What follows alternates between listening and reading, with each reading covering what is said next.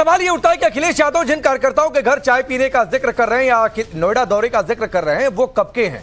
क्या वो बतौर सीएम या उसके पहले और उसके बाद के? कल एशिया के सबसे बड़े जेवर एयरपोर्ट का उद्घाटन किया प्रधानमंत्री मोदी ने। नोएडा की विकास की रफ्तार को और तेज कर दिया। इस मौके पर प्रधानमंत्री ने सपा सरकार की भी याद दिलाई और कहा कि जो नोएडा पहले सपा सरकार के लिए लूट का एटीएम हुआ करता था, वहां पर आज डेवलपमेंट फर्राटे भर रहा है। जवाब में अखिलेश यादव ने एटीएम का फुल फॉर्म बताते हुए तंज कसा, सुनिए। ऐसा एयरपोर्ट बन रहा है, हर 2 मिनट में एक जहाज उड़ेगा, हर 2 मिनट में एक जहाज उड़ेगा। पहले सपा वालों ने नोएडा को अपनी लूट का एटीएम बना लिया था, लेकिन आज भाजपा सरकार में वही नोएडा यूपी के विकास का सशक्त इंजन बन रहा है। साथियों, जेवर का ये एयरपोर्ट डबल इंजन सरकार की कार्य संस्कृति भी, इस कार्य संस्कृति का भी बहुत अच्छा उदाहरण है। रैली में आने से पहले हम लोगों को कुछ एटीएम की बातें सुनने को मिली हैं। हम लोग तो 10 साल से सरकार में नहीं हैं। कम से कम अपने छोटी वाली एटीएम का हिसाब किताब तो कर लेते कि 10 साल में एटीएम का कितना हिसाब किताब बना होगा। जो लोग ए के बारे में समझते होंगे वो टीवी जान जाएंगे, वो एम भी समझ लेंगे। सुना है कि ए पर बहुत मेहरबान रहते हैं कुछ लोग, इसीलिए एटीएम याद आ रही है उनको। यूपी में एक और मुद्दा जो बहुत जोर शोर से रहता है वो है लॉ एंड ऑर्डर का। माफिया को मिट्टी में मिला देंगे, ये सीएम योगी आदित्यनाथ बार बार कहते हैं, लेकिन यूपी में नो माफिया राज पर आज अखिलेश यादव ने नोएडा से क्या कुछ कहा, वो भी आपको सुनना चाहिए। बीजेपी वाले लोग एक डायलॉग देते हैं कि उत्तर प्रदेश में कोई माफिया नहीं है, एक भी माफिया नहीं है। याद रखना, जब वो बोलते हैं एक भी माफिया नहीं है, तो वो ये कहते हैं कि एक माफिया है और न केवल अपने मुकदमे वापस लिए हैं, अपने सहयोगियों के भी मुकदमे वापस लिए हैं।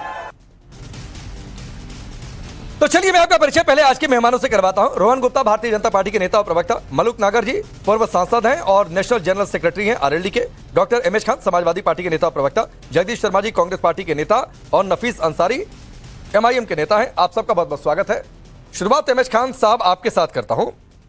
यह तो फैक्ट है कि बतौर सीएम रहते हुए अखिलेश यादव नहीं आए, लेकिन कल प्रधानमंत्री ने तंज कसा तो वो नकार भी रहे। कितने लोगों के यहां चाय पिया ये गिनवा रहे हैं, तो सर आप गिनवा दीजिए कि 12 से 17 के बीच में अखिलेश यादव नोएडा कितनी बार आए थे? अखिलेश यादव जी नोएडा कितने आए? नोएडा बाहर है क्या उत्तर प्रदेश से? अच्छा, क्या मुख्यमंत्री वहां नोएडा नहीं गए? क्या मुख्यमंत्री जी ने अपने कार्यकाल में नोएडा का कोई विकास नहीं कराया? क्या बात कर रहे हैं आप? ये प्रधानमंत्री जी झूठ बोल रहे हैं टीवी पर आकर के। और जेवर एयरपोर्ट का जो डीपीआर था वो माननीय अखिलेश यादव जी ने बनवाया था, इन लोगों ने परमिशन नहीं दिया। कमाल करते हैं। अरे आप आज देखिए, आज जितनी बड़ी रैली, आप सारे स्कूलों को बंद करके, स्कूलों के बसों में बच्चों को लेकर के, सारे ग्राम समाज के लोगों को लेकर आप अब रैली कर रहे हैं। वही माननीय अखिलेश यादव जी के भीड़ जनसभा में गांव के लोग जो वोटर हैं, जो इस महंगाई से त्रस्त हैं, जो नौकरी नहीं पा रहे हैं, जो किसान खाद नहीं पा रहा है, जो पेट्रोल के दाम से परेशान है, जो डीजल के दाम के परेशान है, आज माननीय अखिलेश यादव जी की हुंकार पर इकट्ठा होकर यह बता दिया है कि 2027 में समाजवादी पार्टी की सरकार बनने जा रही है। ठीक। और माननीय अखिलेश खान साहब सवाल ये नहीं था कि रैली में भीड़ कैसे बुलाई गई। आप जान लीजिए। नहीं सुनिए, सवाल ये नहीं था कि रैली में भीड़ कैसे बुलाई गई। सवाल एक लाइन का था कि 2012 से 2017 के बीच में बतौर सीएम अखिलेश यादव नोएडा कितनी बार आए? सवाल ये था। कई बार गए हैं, 1-2 बार नहीं गए। बताइए ना सर, कब? आप पता कर लीजिएगा। अरे मुझे नहीं जानकारी है। क्यों नहीं पूछी जाएगी? अरे भाई अरे मुझे नहीं जानकारी है कि 12 से 17 के बीच में कितनी बार आए भी कि नहीं आए। आप बताइए कब आए, कितनी बार आए? नहीं है तो मैं क्या कर सकता हूं साहब? आपको जानकारी नहीं है तो क्या? तो सर दे दीजिए जानकारी, यही कर सकते हैं कि दे दीजिए जानकारी। लेकिन ये कहना गलत है। पार्टी के प्रवक्ता इसीलिए बुलाए जाते हैं। कई बार माननीय अखिलेश, नहीं मैं कह रहा हूं कई बार माननीय अखिलेश यादव जी नोएडा गए हैं। हाँ कई बार गए हैं, आई एडमिट की कई बार गए हैं, लेकिन 12 के पहले और 17 के बाद। मैं पूछ रहा हूं 12 से 17 के बीच में कब आए? अरे भाई बड़ा फर्क है। क्या देखिए अखिलेश यादव जी से एक बच्ची छोटी सी मिलने आई। अखिलेश यादव नहीं 12 से 17 के बीच में बताइए सर। क्या कहा? उसको बैग दिया, किताब दिया। अरे ठीक है, बच्चों को कहां ला रहे हैं सियासत में? डिबेट में कहां बच्चों को लेकर आ रहे हैं? बार-बार रिपीट मत। बच्चे सीएम योगी से भी मिलते हैं, पीएम मोदी से भी मिलते हैं, अखिलेश जी से भी मिलते हैं, राहुल गांधी से भी मिलते हैं। बच्चों को छोड़िए भाई, डिबेट में मत लेकर आइए। मैं पूछता हूं 12 से 17 के बीच में कब आए अखिलेश? बच्चों को क्यों नहीं लेके आएंगे? बच्चों को लेके आएंगे, नौजवान को लेके आएंगे, किसान को लेके आएंगे, सारे लोगों को लेके आएंगे। क्यों नहीं लेके आएंगे भाई? हमने कह दिया एक बार नहीं कई बार गए हैं माननीय अखिलेश यादव जी 12 से 17 के बीच में। 12 से 17 के बीच में क्या बात कर रहे हैं आप? 12 के 17 के बीच में कब? 12 के 17 के बीच में कब आए? अखिलेश यादव जी वो नेता है जो ये सब चीजें नहीं मानते हैं। अच्छा ठीक, रोहन गुप्ता जी आप सर्च नहीं ठीक है, मलूक नागर जी इतने अनुभवी नेता है, मैं उनसे भी पूछ लूंगा, लेकिन एक रिएक्शन ले लूं। हाँ नहीं ठीक है सर, ठीक है। अरे मेरी जानकारी शायद जो है मेरी जानकारी गलत हो गई है या मेरी याददाश्त दुरुस्त नहीं है। अब रोहन गुप्ता ये तो कह रहे हैं 12 से 17 के बीच में अखिलेश यादव कई बार आ गए। कल प्रधानमंत्री ने कहा अंधविश्वास के चलते नहीं आए। देखिए हकीकत हमको भी मालूम है, आपको भी मालूम है कि किस प्रकार से उन्होंने नोएडा को गिनते थे और क्या अंधविश्वास था, सबको मालूम है। और नोएडा उनके लिए एटीएम था। हम सब भूल गए क्या? चीफ कमीशन जो इंजीनियरिंग चीफ थे यादव, करीब 1000 करोड़ का आईटी का रेड हुआ था। किसके समय पे हुआ था? उनके समय पे हुआ था। 97,000 करोड़ के भ्रष्टाचार की इरेगुलरिटी के मामले में नोएडा में किसके समय में हुआ था? उनके समय में होते। 250 प्लस जब किसके समय में होते? उनके समय में होते। वो तो उनके लिए एटीएम था, इसीलिए उनको जो एटीएम की तरह यूज किया, नोएडा के विकास पे ध्यान नहीं दिया। नहीं तो अगर सीएम होते, नोएडा जितना एक सेंटर, कमर्शियल सेंटर, और वहां पे क्यों अभी तक वो लोग एयरपोर्ट नहीं कर पाए? और जो सरकार करके दिखा रही है, उनके अंधश्रद्धा के चलते उन्होंने एयरपोर्ट नहीं बनाया। जो सरकार सिर्फ जनता के, उत्तर प्रदेश के विकास में मानती है, कर रही है, उसके ऊपर आप सवाल उठा रहे हैं। और खाली एसपी का मतलब सिर्फ ये नहीं है, गुंडा राज, माफिया राज, करप्शन राज, कमीशन राज, इतने सारे राज हो गए। जनता के राज के सिवा सारे राज थे यूपी पीडीए के समय में। और नाम बदलने से आपका जो असली चेहरा बदलता नहीं है। यूपी की जनता जानती है कि आपकी असलियत क्या है। कितने भी नाम बदल, पीडीए, एसपीए, कुछ भी कर ले, पर जनता आपकी हकीकत जानती है, कभी आप पे भरोसा नहीं करेगी। ठीक है। अच्छा मलूक नागर जी, एक मिनट जरा मैं पूछ लेता हूं। यहां सबसे अनुभवी मुझे लगता है मलूक नागर साहब ही हैं। मलूक नागर जी, आपको याद है कभी 12 से 17 के बीच में अखिलेश यादव आए हो? आप भी सही कर दीजिए।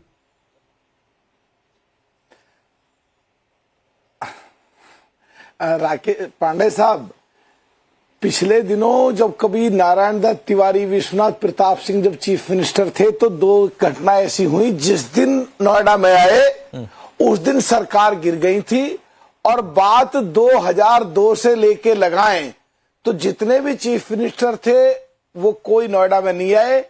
और 12 से 17 के बीच में एक भी बार अखिलेश जी नोएडा में नहीं आए। उस अंधविश्वास से कहीं सरकार ना गिर जाए। और जो किंवदंती है, कहावत है कि जितने पहले चीफ मिनिस्टर रहे हैं अपने कार्यकाल में जो आए उनकी सरकारें गिर गई, तो हमारे साथी जो कह रहे हैं उस सवाल को घुमाने की कोशिश जरूर करी है, पर जो सच्चाई है वो तो सामने आएगी भी और कहनी भी पड़ेगी, और कह भी रहे हैं। तो जो माननीय प्रधानमंत्री ने पिछले दिन बोला है वो बिल्कुल 100% सत्य बात थी। नहीं तो उनके प्रवक्ता बैठे हैं, वो पूछ लें, मैसेज कर लें फोन पे और बता दें किस तारीख को आए हैं और कोई एविडेंस दे दें, तो बात उनकी मायने है। नहीं तो उनकी एकदम गलत बात है। मेरी जानकारी के हिसाब से वो कभी नहीं आए। ठीक है, अब बोलिए अमेश खान साहब, 2 लोगों को नहीं याद है, आपको याद है ज्यादा? अब ये 2 लोग जो दोनों है बीजेपी के पिछलग्गू हैं। अब ये मलूक नागर जी कहां थे पहले, अब कैसे आ गए यहाँ पर, ये नहीं बता पाएंगे। अरे आप भी पहले कहां थे अमेश खान साहब? मलूक नागर जी को एमएच मैं खान जानता साहब, हूं वैसे ठीक तो से। आप भी पहले कहाँ थे? अरे हम मैं तो सही बात कह रहा हूं ना, जहां थे जहां थे मैं वहां की बात भी सही कह रहा हूं। मलूक नागर नहीं नहीं कह नहीं, पा मैं रहे। बता देता हूं, मलूक नागर क्या, और देश को पता होना चाहिए। सुनिए मलूक नागर साहब, आप जवाब दीजिएगा। देश को पता होना चाहिए कि आप दोनों लोग एक ही जगह थे। नागर जी जो है जवाब दे, आप दोनों लोग, खान साहब एक ही जगह थे, और एक ही जगह से निकलकर आप सपा में चले गए, और मलूक नागर साहब आरएलडी में चले गए। तो आप दोनों लोग एक ही जगह थे। मलूक नागर साहब बोलिए। सत्ता पक्ष में चले गए, आरएलडी में नहीं, सत्ता में चले गए। एक सत्ता तो में ये- चले गए मलूक नागर साहब, सुनो, सत्ता में अपनी संपत्ति बचाने के लिए एक सत्ता तो में चले ये- गए। सत्ता में अपनी संपत्ति सुनो, बचाने के लिए सुनो, सत्ता में सुनो, चले गए। खान साहब सुनो प्लीज। क्या सुनो, क्या सुने खान साहब सुनो तो सही। अरे क्या सुने आपका मलूक नागर खान साहब सुनो तो सही। आप दो रंगी चाल चलोगे। खान साहब, आपके अरे पास दो रंगी चाल जवाब बताइए। नहीं है, आप झूठे पैसा हुआ हैं। है। मैं 100% कह रहा हूं कि आप गलत बयानी कर रहे हैं। आपको समझ नहीं है। झूठे हो, देश तुम के झूठे भी हो, तुम मक्कार भी हो। पे बैठ कर तुम झूठे हैं, और मक्कार बहुत भी हो। महत्वपूर्ण देश डिबेट का के समय बैठ करके गुमराह कर रहे हैं। झूठ बोल रहे दूसरे हैं। इशू आप आने झूठ दो। बोल रहे हैं। वो उत्तर बर्बाद कर रहे हो, प्रदेश के समय बर्बाद बहुत कर सारे रहे हो। इशू हैं। आपका बचा पैसा 2027 बच से जाएगा। लेकर के ईडी का और ये छापा जो नहीं पड़ेगा आपके एयरपोर्ट वहाँ। बना है, ईडी का पूरे छापा नहीं उत्तर पड़ेगा, प्रदेश की और न सीबीआई का छापा इस पड़ेगा पे आपके डिपेंड वहाँ। करती है। आपके वहाँ कुछ इस नहीं होने डिबेट वाला है। को सही आपका जगह पैसा बच पहुंचने जाएगा, दो। और आपके पैसा पास बचा जवाब लो। नहीं है। और ये 2027 प्रूफ है इस बात का माननीय कि अखिलेश आप यादव जी मेरे बीच मुख्यमंत्री में बनने जा रहे कूद हैं। करके बोल ये रहे हैं। फैक्ट बात और ये है। आपको कई बार में आप बहुत आदरणीय बुजुर्ग हैं। मैं अच्छा, आपको ठीक है। कुछ कहना नहीं पड़ेगा चाहता। आपको। नहीं नहीं, ठीक है, मैं बीच में आता हूं। एमएच खान साहब, एमएच खान साहब, बात मैं आपको करने सर से सुनिए, पूछ रही थी। अभी 2 मेहमान बाकी है, मैं आपको 4-5 मिनट और समय देता हूं। या तो आप जानकारी जुटा लीजिए, किसी से मैसेज करके पूछ लीजिए, लेकिन बता दीजिए, क्योंकि बीजेपी बार बार आरोप लगाती है, सीएम योगी बार बार कहते हैं, कल प्रधानमंत्री मोदी भी बोले कि अंधविश्वास के चलते आप 12 से 17 के बीच में नोएडा नहीं आए थे। उसी नोएडा में आज कुर्सी पाने के लिए या 27 के सफर के लिए आप लोगों ने नोएडा से शुरुआत की है, और उस नोएडा से जहां पर 22 के चुनाव में एक भी सीट समाजवादी पार्टी को नहीं मिली थी। इससे सवाल कुछ पूछ रहा हूं, आप जवाब कुछ और दे रहे हैं, और सिलेबस फिर चेंज करेंगे तो फिर मैं भी सिलेबस चेंज करने लगूंगा। फिर पैसे की बात आएगी तो सवाल पूछा जाएगा कि अभी पिछले दिनों एफआईआर किसके नाम पर दर्ज हुई है, टिकट के लिए पैसे मांगने के नाम पर किस पार्टी के नेता पर दर्ज हुई है। तो सर मत सिलेबस चेंज करिए भाई, मैं वहां पर भी आ रहा हूं। अरे भाई, ये तो ये जो पार्टी लोकतंत्र और संविधान खरीदती हो, जो एमएलए खरीदती हो, जो सरकारें खरीदती हो, उसका कहां हमारे से मुकाबला कर रहे हो। आज इनके सहयोगी भी परेशान है। बताइए कौन सा इनका सहयोगी है जो इनके बिना जीत सकता है? ऐसा क्या प्रधानमंत्री जी ने कर दिया, भाजपा ने कर दिया कि पहले से भी ज्यादा बड़ी वोटों से जीत रहे हैं? जब तक ये सिस्टम सेट करके रखेंगे कोई नहीं जीत सकता। मैं तो कह रहा हूं 27 का 29 की भी बात कर लो, इन्होंने सिस्टम हाईजैक कर लिया। रोहन गुप्ता बोलिए आप, मैं कुछ नहीं बोलूंगा, बोलिए आप जवाब दीजिए। ऐसा है, अगर इनको इतना भरोसा है तो फिर चुनाव मत लड़िए ना। अगर आपको इतना भरोसा है तो आपके बचे खुचे वोटर भी आपको वोट नहीं करेंगे। आप जनता का पल समझ ही नहीं पा रहे हैं। आपको जनता का पल्स ही मालूम नहीं है, इसलिए आपको वोट चोरी लग रही है। जनता के मुद्दे क्या है, जनता की इश्यूज क्या है, जनता क्या चाहती है। हिमाचल में 5 रुपए आप डीजल पे बढ़ा देंगे, फिर आप जनता से क्या अपेक्षा कर रहे हैं? बड़े बड़े नेता छोड़ के जा रहे हैं, क्या जनता से अपेक्षा कर रहे हैं? कर्नाटक में भ्रष्टाचार हो रहा है, क्या जनता से अपेक्षा कर रहे हैं? तेलंगाना में बोल रहे हैं कि कांग्रेस मतलब मुसलमान और मुसलमान मतलब कांग्रेस, क्या जनता आपको वोट देगी? अगर आपको इतना भरोसा है कि चुनाव नहीं लड़ना चाहिए तो मत लड़िए, फिर क्यों आप वोट वेस्ट कर रहे हैं? आपके बच्चे कुछ वोटर को भी आपको वोट नहीं करना चाहिए।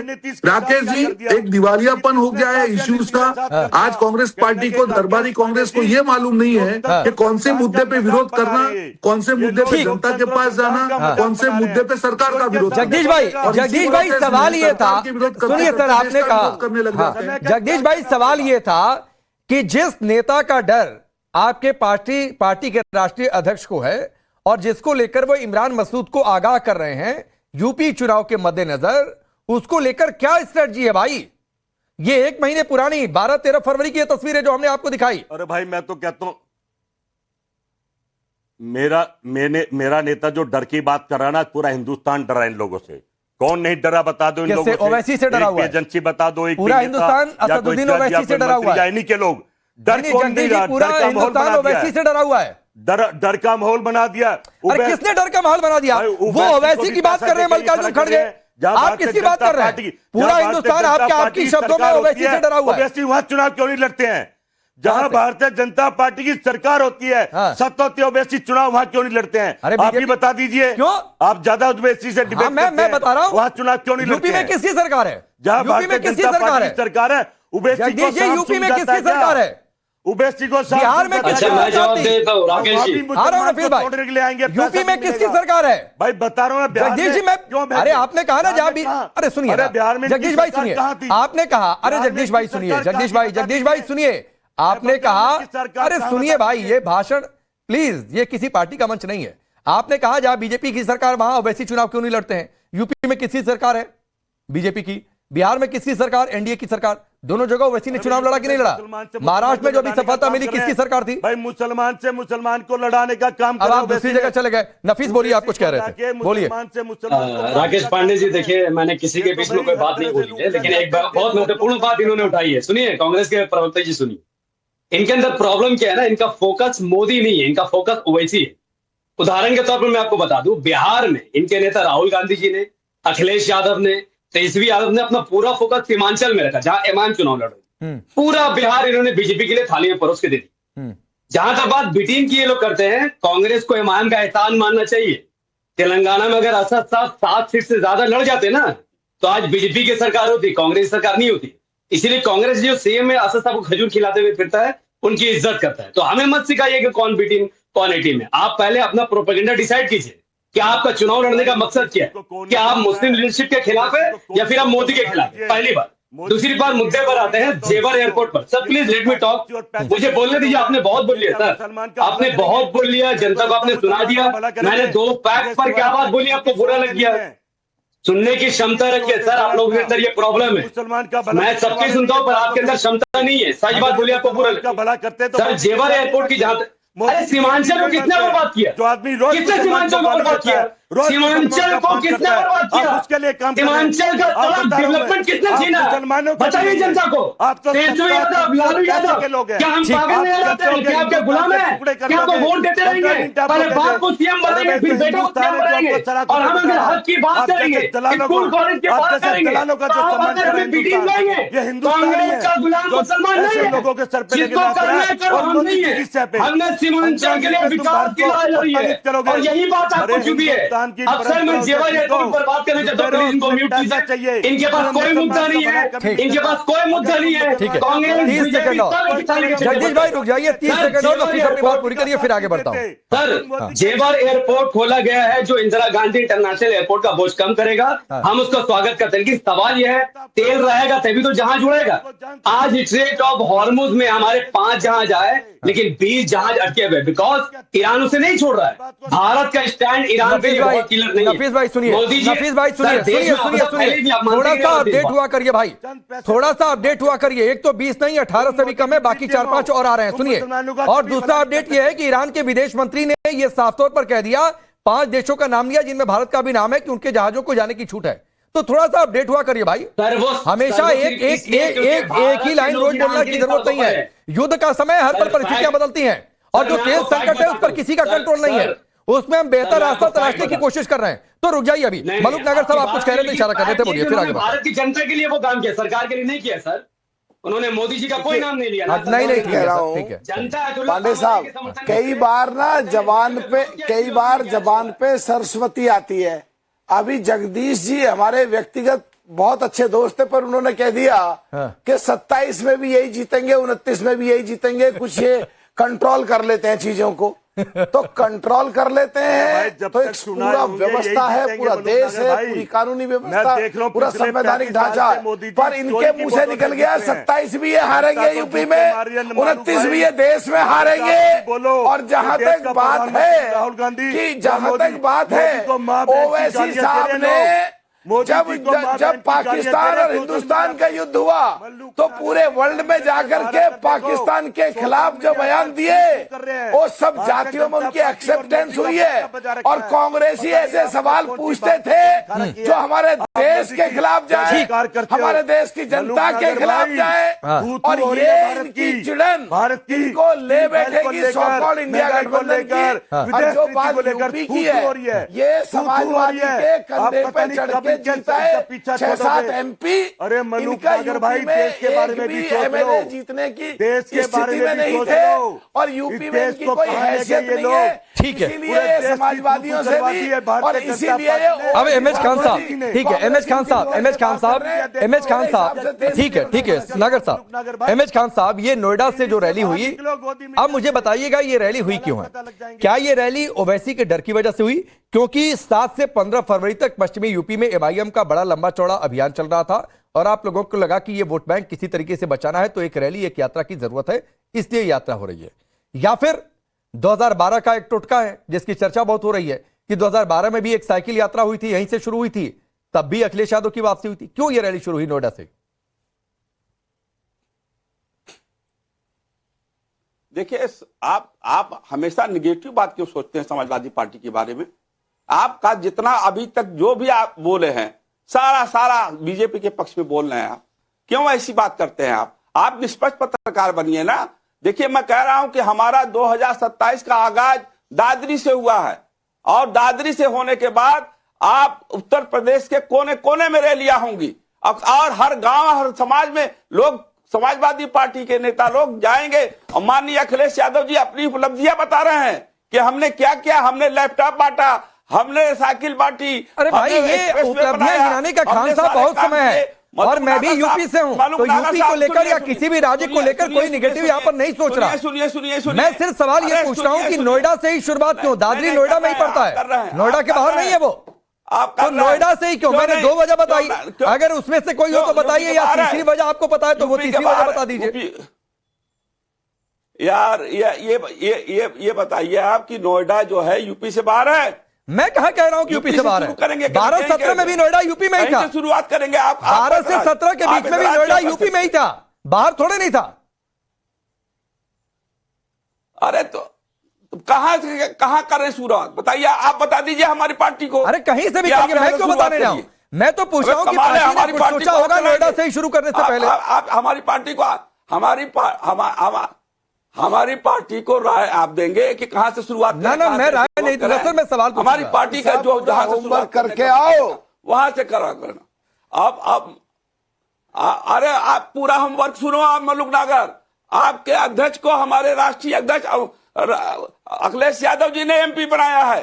क्यों आप ऐसी बातें करते हो? अरे खान साहब, हमारे अखिलेश यादव साहब, आपको जानकारी नहीं है, आपके ये गुर्जर बाहुल्य जिला है और गुर्जरों को साधने की कोशिश है, चाहे सहारनपुर हो, चाहे इधर गौतम बुद्ध नगर हो। यहाँ से शुरुआत इसलिए कर रहे हैं कि ताकि पश्चिम में 4 जातियां हैं। अच्छा चलिए, एक जाट गुर्जर ज्यादा, बाकी सारी जातियां हैं। पीडीए को उठाने की कोशिश है। पूरा होमवर्क इसलिए कह रहा हूं, चिड़ो मत, गुस्से में मत हो, अपनी पार्टी को नुकसान मत कराओ। होमवर्क करके आप आया करो ना, आप होमवर्क करके आया करो। अच्छा खान साहब, अपनी पार्टी का खान साहब एक सवाल और फिर मैं रोहन जी के पास जाऊंगा। नागर साहब, खान साहब एक सवाल और। अखिलेश यादव जी ने कहा, सुनिए, अखिलेश यादव ने कहा कि जब वो कहें, यानी बीजेपी से उनका मतलब था कि यूपी में एक भी माफिया नहीं तो समझो एक माफिया है, तो वो एक माफिया किसकी ओर इशारा था? अरे भाई, एक माफिया किसके इशारा आप नहीं जानते क्या? 22 से 24, 24 से 25, 25 से 50 मुकदमे कायम थे। जो आदमी पार्लियामेंट में रोया हो आंसुओं से कि मैंने अपने घर द्वार छोड़ दिया, माँ बाप को छोड़ दिया, वो अपना मुकदमा खुद वापस ले रहा है। अब डिप्टी CM का मुकदमा वापस ले रहा है, तो क्या मतलब है? क्या मतलब? खान साहब, आपने अरेस्ट क्यों नहीं किया था?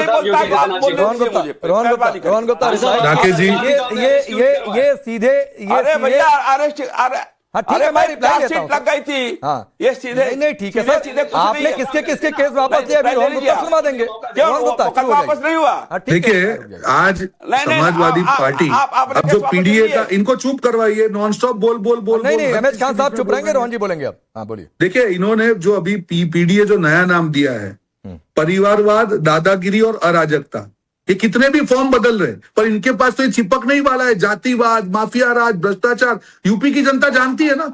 कोई भी पार्टी आती है शासन में, जनता उसको असेसमेंट करती है। आज यूपी किसके लिए जाना जाता था? माफिया राज के लिए। आज माफियाओं को खत्म कर दिया। यूपी में किसी की हिम्मत नहीं है। यूपी में बात करिए किसी को कि माफिया राज का खात्मा किसने किया है, आज उनके पेट में तेल डूब रहा है। आज तुष्टीकरण के चलते जो यूपी की इन्होंने हालत की थी पूरे देश के सामने गुमराह करने का काम किया, और आज आपको लगता है कि आप रैली कर लेंगे जनता मान जाएगी? जनता आपका असली चेहरा जानती है, देख चुकी है 5 साल कि किस प्रकार से आपने जातिवाद के चलते हुए, भ्रष्टाचार के चलते हुए यूपी का क्या हाल हुआ। आपने करोड़ों रुपए विदेश में जमा कर दिया, होटलें बना दी, यूपी की जनता का कोई विकास नहीं किया आपने। और यूपी की जनता जानती है आपका असली चेहरा, कभी भी आप पे भरोसा नहीं करेगी। कोई भी नाम बदल लो, मुखौटा लगा लो, कभी भी यूपी की जनता आपके ऊपर भरोसा नहीं करेगी। यूपी को वो जंगल राज, महाजंगल राज याद है। यूपी को याद है जातिवाद में क्या होता था, यूपी को याद है क्या भ्रष्टाचार होता था, माफिया राज होता था, कमीशन राज होता था, कैसे प्लॉट खाए गए। रुक जाइए भाई, ये लगातार नहीं, प्लीज मैं रिक्वेस्ट कर रहा हूँ, काउंटर 1-2 लाइन का हो सकता है। अभी रोहन गुप्ता की बारी है तो वही बोलेंगे, रुक जाइए। इनको चुप बीच में कुछ बुरा लग रहा है तो 1-2 लाइन बोलकर शांत हो जाइए सर। वरिष्ठ नेता आप हैं, नहीं अच्छा लगता है प्लीज झूठ बोल रहे हैं तो बाद में सही कर लीजिएगा, पॉइंट नोट कर लीजिए, याद कर लीजिए। इनकी मजबूरी है, क्योंकि हकीकत हमेशा कड़वी होती है राकेश जी राजनीति में, और जनता जनता जनार्दन तय करती है कि किसका शासन सही है, किसका शासन खराब है। कोई भी व्यक्ति होगा, यूपी के सामान्य से सामान्य आदमी से पूछिए कि माफिया राज किसके समय में था, जातिवाद कब था, परिवारवाद कब था, अराजकता कब थी, कमीशन राज कब था, किस प्रकार से लोगों को लूटा जाता था, दिन दहाड़े जिस प्रकार के क्राइम के मामले थे, सब बंद हो गया। यूपी ये चीज जानती है। तो जो कंपैरिजन होगा ना कि भाई तब तो जनता को मालूम चलेगा ही ना कौन अच्छा था कौन बुरा था। आज नई चीजें लेके आएंगे, नए शगुफे छेड़ेंगे तो क्या जनता मान जाएगी? आप कितनी भी तुष्टीकरण कर ले, कितना भी तुष्टीकरण आप कर ले, जनता आप पे भरोसा नहीं करेगी, और आपके अंधविश्वास को जनता पूरी तरह से बेनकाब करेगी। कितनी भी रैली कर लो कुछ नहीं होगा। आपका चिट्ठा जनता का आपके सामने है, आपके पाप धुलेंगे नहीं, जनता इतनी जल्दी नहीं भूलेंगे। खान साहब 30 सेकंड आपको देता हूं। रोहन गुप्ता ने एक पेपर दिखाया, एक बंगाल में चार्जशीट उन्होंने फाइल की है, आपकी भी चार्जशीट लेकर बैठे हैं वो। हमारी चार्जशीट क्या लेके बैठेंगे? अभी क्या नाम, ग्रीन कॉरिडोर बनाया लखनऊ में, दूसरे दिन जो है 12 फुट का गड्ढा हो गया उसमें। भ्रष्टाचार कहां है? भ्रष्टाचार बीजेपी में नहीं है, चरम सीमा का भ्रष्टाचार है। मुजफ्फरनगर दंगे याद है आपको? वालों के लिए दंगा प्रदेश का नाम हो गया था आपके, परिवारवाद दंगा और अराजकता, ये पीडीए का फुल फॉर्म है। मुजफ्फरनगर दंगे याद है आपको? बुलंदशहर के दंगे याद है आपको? पूरा यूपी अब तक दंगा राज नहीं भूला है, कितना भी कर लीजिए वो दंगे यूपी को नहीं चाहिए वापस। वोट चोरी नहीं है, जनता के सामने आपने विश्वास चोरी किया है। जनता आपकी हकीकत जानती है कि आपके आने से क्या होगा। यूपी दूर दूर तक ये भ्रष्टाचार, ये जंगल राज को वापस नहीं आने देगी। अब कितना भी बोल ले, कितना भी भ्रष्टाचार कर ले, आपके हर नेता, अभी पेट्रोल और डीजल की होर्डिंग की गई, आपके नेता को पता क्या? आपको शर्म नहीं आती है? जब पूरा देश पेट्रोल और डीजल की बात से जूझ रहा है, आपके नेता उस समय भी पकड़े जाते हैं। ये तो आपकी हकीकत है। हर क्राइम में आपका एसपी का बंदा पकड़ा जाएगा, आपका कार्यकर्ता पकड़ा जाता है। आपको शर्म नहीं आती है? कौन से मुंह से आप यहाँ पे डिबेट करते हैं? नॉन स्टॉप बोलने से आपका झूठ सच हो जाएगा? नहीं होगा। जनता आपकी हकीकत जान चुकी है, कुछ नहीं होगा। ये आपकी लूट झूठ की जो सरकार थी वापस नहीं आएगी, लिख के ले लीजिए। कितनी भी रैली कर लीजिए, नाम बदल लीजिए, मुखौटा बदल लीजिए, अब नहीं चलेगा। मैं कह रहा हूं रैलियां रोहन जी, रैलियां तो चुनावी लोकतंत्र में होती हैं, रैलियां होती रहेंगी, होती भी रहनी चाहिए। लेकिन एक एडवाइस के साथ, एमएच खान साहब आप तो वरिष्ठ आदमी हैं, अगली बार सर थोड़ा सा डेटा स्ट्रांग करके आइएगा कि 2012 से 17 के बीच में अखिलेश यादव आए, अगर बीजेपी झूठ बोल रही है, कब आए, कितनी बार आए, कहां गए, पूरा वो डेट वाइज कार्यक्रम सर पता करके पार्टी से नोट करके याद कर लीजिएगा, क्योंकि ये सवाल 27 तक पीछा नहीं छोड़ेगा, क्योंकि बीजेपी उठाती रहेगी, आप पलटवार करते रहेंगे। तो सर ये बात है। चलिए, आप सबका बहुत बहुत शुक्रिया।